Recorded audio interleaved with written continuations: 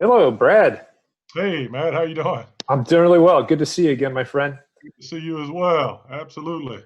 Good deal. But We're gonna go ahead and get things started here, and okay, I'll introduce you as Brad Daugherty, co-owner of the JTG Daugherty Racing here in the okay, NASCAR Cup Series, and this weekend on the number 37 car P&G, the Take on Race initiative, will be featured on that car, meant to raise awareness and spark conversation to enable changes that address racial bias and systemic inequality. And Brad, as I show our friends out here the paint scheme that you'll be running this weekend, if you wouldn't yeah, mind just taking a few minutes and telling folks about the paint scheme and the entire initiative. okay. You ready for me? You bet. Go for it. Yeah. So we're absolutely honored to partner with P&G this weekend. We've partnered with them in the past on several different endeavors, but this is obviously very significant. P&G is providing the resources, the funding, the materials, the educational resources in order to create the opportunity for communication. And this weekend, and we're talking about communication based on eliminating inequality, racism, biasness, insensitivity. And this weekend, we're going to run a website that they have created that you can go to, which is just absolutely phenomenal. The website is pg.com/take on race. And this website gives you the opportunity to go in and look at and click on educational resources that will help you not only understand and educate yourself, but give you platforms as well to make choices, to react, and to also help in the progression of wiping out racism. So we're excited. Plus, it's a good looking hot rod, as you can see. And it's just great because P&G has always been one of the leaders at stepping up and speaking to inequality. They provided a lot of resources for this, as well as funding over $5 million in creating programs and opportunities for all of us of all races to take a look at, to learn from. One of my favorite things is to go in, and there's a short film that they do called The Choice that's on the website. It's a minute and 15 seconds long, and it highlights racial inequality that urges people. It also urges people to choose action and progress by directing them to take on the Take on Race site. So a lot of great stuff, great synergies. We're looking forward to getting to Pocono Racing, obviously, but as we continue to push forward in our world, as our world evolves, we get to be a significant part of it. And P&G is absolutely stuck a flag in the ground on trying to help us all have the tools, the educational tools, to be able to communicate. That's fantastic. We're going to go ahead, Brad, and open up the floor for questions. Again, as a Okay. reminder, if you have a question, folks, raise your hand in the participants queue. We're going to start with Bob Pockers from Fox Sports. Go ahead with your question, Bob. Yeah, Brad, what actions do you think NASCAR or the industry can take that would be the most effective? Yeah, I think the actions that have been taken initially are just remarkable by standing up, removing obstacles for people of color from some of the events. I think that is paramount. And then continuing to, the diversity program that NASCAR has, one that I helped co-found, by the way, continues to evolve. So there needs to be more resources available for that program. I think we need to encourage more fan participation, which I think will be a lot easier to do, seeing how we don't have the Confederate flags and those type of things at our events. I've always talked about bringing more young kids to the racetrack of color, uh, letting them come, see, touch, feel, be around these race cars. I think as NASCAR continues to evolve as a sport, as a company, and as a culture, I think just having open arms and creating more opportunity and more access to the sport is what it's really about. Bob, been around a long time, as you know, and the one thing I've always said about NASCAR is, a lot of times people look at it black and white, but the ultimate barrier to the sport as being a participant is green. It's finances. So if NASCAR can continue to push forward on creating avenues of access to the sport, I think it's just all for the better. And we need to get more people, encourage more people of color to come enjoy what goes on in a race weekend. And once you get the masses there and they can see these race cars going 200 miles an hour, 6 inches apart, who's not going to be hooked? So having entree to all those things and access to that is one of the big things, I think. Thank you. Sure. Our next question will come from Marty Smith. Go ahead with your question, Marty. Marty, you're on mute, my friend. How about now? There you go. Man, I'm that old man that can't figure out the technology. First of all, brother, I love what you guys are doing. I think it's phenomenal. But I'd love to just kind of discuss the last few days in the sport and what your reaction was on Sunday evening and or Monday morning when you read the initial language in NASCAR's original statement about what happened to Bubba in Bubba's stall. And also, how would you describe the last several days in the sport and the impact of this? Yeah, you know, for me, with the noose situation in the beginning when it was discovered, my situation, my stance has been the same. People reacted, and I'm glad NASCAR reacted the way they did. No doubt about it, swiftly, fairly, but with a heavy hand. I think that was needed.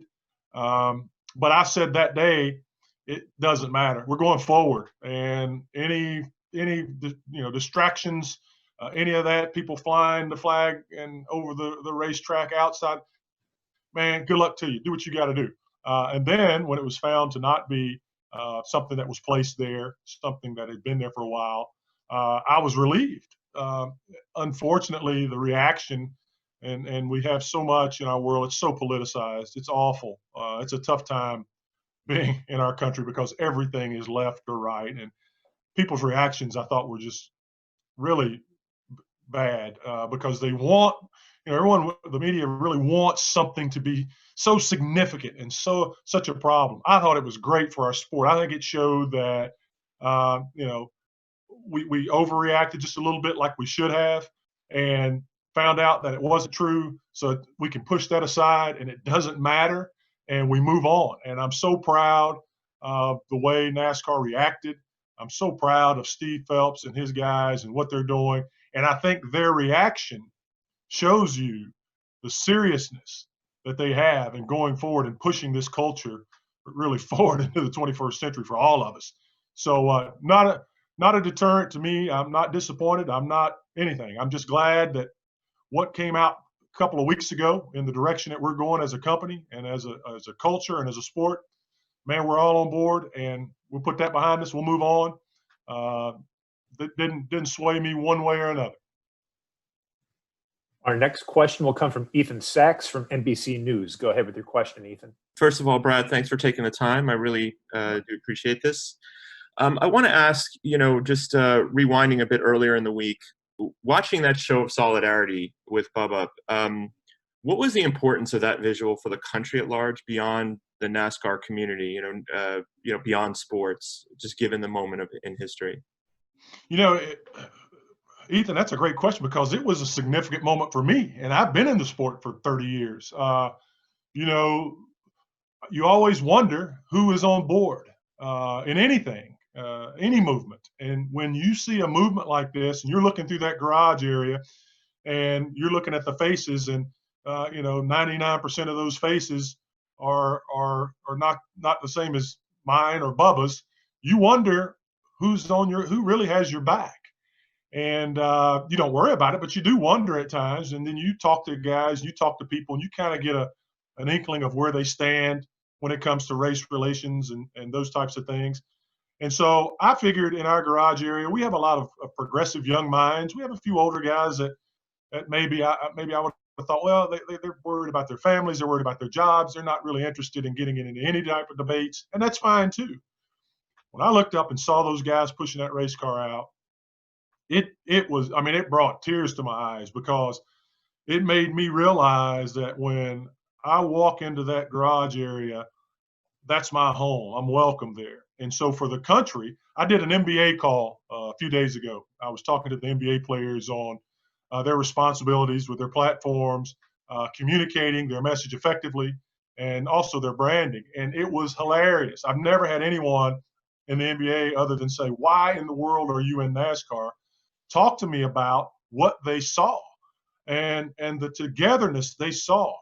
As you go outside that even further to answer your question, I think the significance is for people who don't really understand NASCAR and automatically paint it with this broad brush of being a redneck, racist, misogynistic sport that doesn't allow diversity or the elevation of females or any of that. And it makes you open, it made them open their eyes and take a look. I get a lot of comments all the time from people because people realize my association affiliation with NASCAR. And I get a lot of uneducated comments all the time. And I think when we have something like this that's out front and the world can see, then you have to pay attention. You can't just broad brush it, like I said, and say, put us in this box. We can no longer be put in that box that we've been in for the past 60 years. Now you have to look at this sport, and you can be cynical. I don't have a problem with that, or pessimistic. I think that's fair, but you have to pay attention. Now it's incumbent upon us at NASCAR to do better. And I'm telling you, we've got the cats that want to do better. When I saw the King walking down the pit road there, it warmed my heart, because he's from a different genre, different generation, and the expectations probably wouldn't be as high for him as they should be or would be for me. But when I saw him walking down, I saw his statement. I said, "Man, we're rolling." And so the world saw that, and we're in a better place today in NASCAR than we were, 2 weeks ago. And I'm really excited about the future. I'm happy, and I'm very proud to be a part of this organization. Thank you. Our next question will come from Dan Gelston at the Associated Press. Go ahead with your question, Dan. Brad, I mean, in your time in NASCAR, did you ever, whether it was a potential sponsor or fan or someone in the industry, face serious overt racism where you felt where you were taken aback by something as serious as what was levied on Sunday?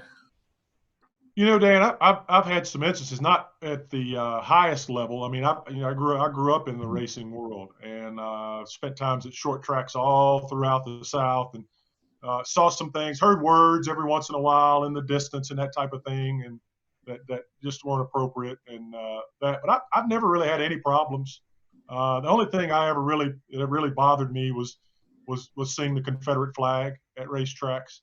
I've sat in meetings with various CEOs of companies and talking about their opportunity to come in and participate in NASCAR, which is their business platform. The business platform in NASCAR is very, very strong. They do a great job. And I've had a few occasions where CEOs have asked me how I feel being at the racetrack with the Confederate flag and how it would look for their company and those types of things. And that always kind of caught me off guard, because we were there to talk about how we could take their brand and help promote their brand and push their brand forward. And when a CEO would ask me how I feel, that really would catch me off guard, and I had to answer that and do it in a respectful way. So I had a few of those, but outside of that, nothing as significant as Bubba has faced over the last few weeks. And I applaud that young man for his courage, for doing what he's doing, saying what he said, because he took a huge chance on his career, on the backlash, and on his peer group not supporting him. But man, it's been just the opposite. So kudos to that young man. Thank you. Mm-hmm. Our next question will come from Jason Brown. Go ahead with your question, Jason. Matt, thank you. Brad, and thank you for the time. It's a thrill for me to be able to talk to you today. And you've kind of touched on some of these subjects, so I'll try not to be too repetitive. But I was curious, growing up in the sport in North Carolina and being a black man, Bubba's talked a lot about inclusion and bringing more people, of color into the sport. I was kind of curious, your experience, your journey in NASCAR. Did you feel included, whether as a fan and then moving into the ownership side of things, getting involved with the actual race teams? How you felt? I mean, did you feel included, or did you feel like an outsider? That's a great question. For me, growing up in I'm from a little town in western North Carolina, Black Mountain, North Carolina, and one of my best friends growing up was a young man, Robert Presley. And Robert and I used to shoot basketball together and do things. And Robert's dad, Bob Presley, was an iconic short track racer throughout the South, and won over, they estimate, 700 races throughout the Southeast. And so in the evenings, Robert would always work on race cars. So if I was hanging out with him and we were shooting basketball, he'd be like, I gotta go work on a race car. So if I wanted to keep hanging out with my buddy, I had to go work on race cars. And so that's kind of how I learned to work on race cars. I mean, I remember, we'll forget, as a kid, we're sitting there and he's like, I got it. You know, he gets the cherry picker out and he's like, we got to pull a motor and transmission part. This is how we do it. And I'm a basketball player. I'm a baseball player and all that stuff, but I always had just the prototypical busted knuckles. My hands were always cut up and bleeding. And but it's just how I grew up. My dad was a huge race fan. Growing up in the region I grew up in, we didn't have pro sports. The closest pro team we had was the Atlanta Braves. So everyone in my area was an Atlanta Braves fan. But we had racing in our hometown, Asheville Weaverville Speedway. And the legendary people, sports-wise, that I read about, or my dad read about in the newspaper, were Jack Ingram and Sam Ard and Bosco Lowe and Bob Presley and these people. And Richard Petty would come, and David Pearson every once in a while, and the Allison brothers. And so my dad, those were his heroes. And the ironic thing is, I would see these people. I'd get to see Jack Ingram and talk to him in town, and he'd have coffee and I'd see Bob Presley. So I became a race fan. I fell in love with the sport. I started going to the racetrack. Excuse me. And I never swayed. It never bothered me. I was with my friends and we were having a good time. Let me get some water. Hold 1 second. 1 second.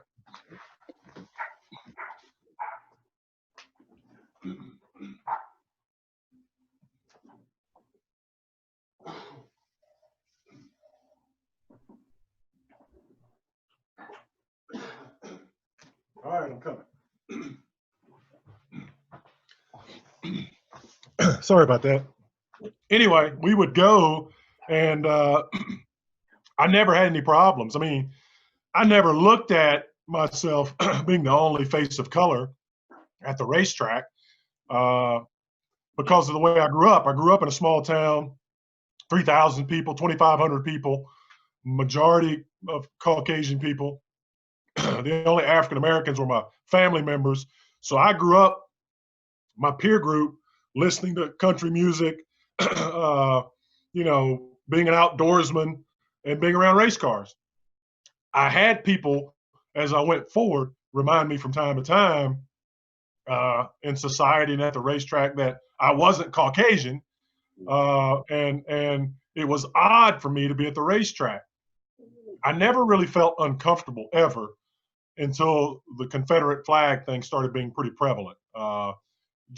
It didn't give me an opportunity to react as I walked through some of these places and saw these these Confederate flags and the activities going on around those flags. It made me uncomfortable, very uncomfortable. But my dad taught me to live my life as if I'm equal under all circumstances. So I've always done that. But yeah, I mean, I think that was probably the biggest thing for me, is just walking through these racetracks in a sea of Confederate flags and feeling a little bit out of place because of that. But once I got past that, it didn't bother me at all, because I met some of the best people in my life. Some of my best friends in the world I met from the racing business. So it was just something I had to deal with, and now I don't have to deal with that. So I'm very happy. I am too, Brad. Thanks for your time today. Sure, thank you. Our next question will come from Dustin Long with NBC Sports. Go ahead with the question, Dustin. Brad, certainly there have been many powerful images in the sport over the last few weeks, and you've talked about having more people of color at the race. And I wanted to ask you, at the end of the Talladega race, Bubba walks out to the stands and celebrates with black fans who had come from Atlanta and elsewhere just to be there to support Bubba. For all the images and all the things, what does that image of black fans and a black driver at a NASCAR, how significant can that be for the black community? And can you, just put that in perspective of Sure. what just that image means of all the things? Yeah, Dustin, it was incredible. Once again, going back to my NBA call last week, these guys was like, man, can I go? I want to go to the racetrack. I want to go see this. I've never had that asked before. I don't, like I said, it was always, what are you doing? Why are you in the middle of all that? You know, what's the catch here? Why do you love it? So that is significant. I never will forget. This is probably 10 years ago. I had stopped into Buckhead in Atlanta on my way down to going to Hampton, going to the race, and I used to live there. And stopped in, and there was a group of African American men sitting in a little shop, and there was 7 or 8. And I walked in, and we started chit chatting. Hey, Brad, man, how's the race? How's your race car running? We talked about it. And I was like, man, why don't you guys come to the racetrack? I'll get you tickets. I'll get you passes. You can come in. And to a man, they were like, we watch it on TV, believe it or not, but we just don't feel comfortable going down that racetrack. And I was like, man, what can I do to change this? And I felt helpless because I was trying to explain to them, no one's going to bother you. Nothing's going to happen. Come hang out. You can stand right beside me all day long. And it just, it took me aback. And when I saw that, I saw those fans, you know, leaning against the fence. I was like, man, this is awesome. This is what we need. We need to the symbolism of people not being discouraged to come and participate in our sport. And it made me feel great. And I'm so excited. And I'm telling you, folks at NASCAR better watch out, because I've got about 100 people that I'm going to be getting garage and pit passes for, and it's going to be big because they want to come to racetrack, and it's going to be great to see a sea of color as well as being embraced by, you know, our Caucasian brothers and sisters while we're there. And maybe we can get back to this being about race, but the human race. And if we can go forward with that, and I'm so proud because NASCAR has been a leader. Talked about this again on the NBA call about NASCAR, how they've been smart of introducing sport back at this time, and also taking a stand during this time. Just, man, I couldn't be prouder of our sport. And man, we're going in the right direction. Thank you. Good deal. And our final question is going to come from Woody Kane. Go ahead with the question, Woody. Hey, Brad, thanks for taking the time with us. Just wanted to ask, since you answered most of the things I had previously wanted to ask, let's talk a little bit about your race team. How do you feel about the progress you guys are making this year? You've had some flashes, but ahead of last year, behind last year, what do you think?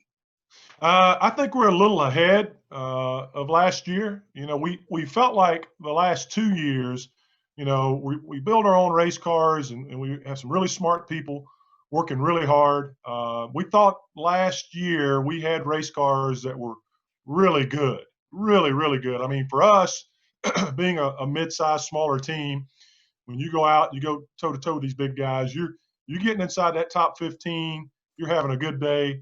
And if you can get inside the top 10, you've had a great day. And so what we've seen, you know, the struggles have been when you go to the mile and a halves, and everybody, it's a lot of redundancy in the simulation. And so it's tough for us because we get out engineered a lot of times at those big racetracks. But this year, we've seen our race cars compete and be in the mix on the mile and a half. So excited about that. We had great race cars at Bristol. Felt like we could run in the top 5, finish in top 5 at Bristol. And this weekend, you know, we go to Talladega, man, and I'm gonna tell you that Hendrick horsepower was stout, and Ernie Cope and the guys built a really good race car. The car was slick, it was fast, had enough downforce and for stability, and then Ricky could really maneuver the car. So we're excited. Want to get, you know, we think we can win a race or two with Ricky. We're putting a lot of pressure on him to do so because we think he's capable in our stuff. And with Ryan, he's still learning. He's improving tremendously. You know, he comes out of a sport, that modified sport, where you drive off that right rear tire, that real big tire, and it's taken him a while to get used to these Cup cars. He had success in the Xfinity Series, so we know he can be successful, even though the cars are different. So we're excited. We think we've got an opportunity. Hopefully, maybe we can get into the playoffs this year, and we're going to work really hard. And you know, we know with Ricky, we got the aggressiveness we need on restarts. And so there's going to be some trials and tribulations with that, but we can live with that. And then as young Ryan continues to evolve as the season goes on, and we get into the second half of the year where things get really tough, but he's getting the educational laps in, so to speak, we think he can shine. So we're excited. Thank you. Good deal. Well, Brad, hey, thanks for taking the time to join us today. We'll make sure to go to pg.com/takeonrace to to check out all the goodness that's going on there. And really thank you for your support. And good luck this weekend at the Tricky Triangle, Pocono Raceway. Hey, man, looking forward to it. Thank you all for Good deal. spending time with me this morning. Have a great weekend.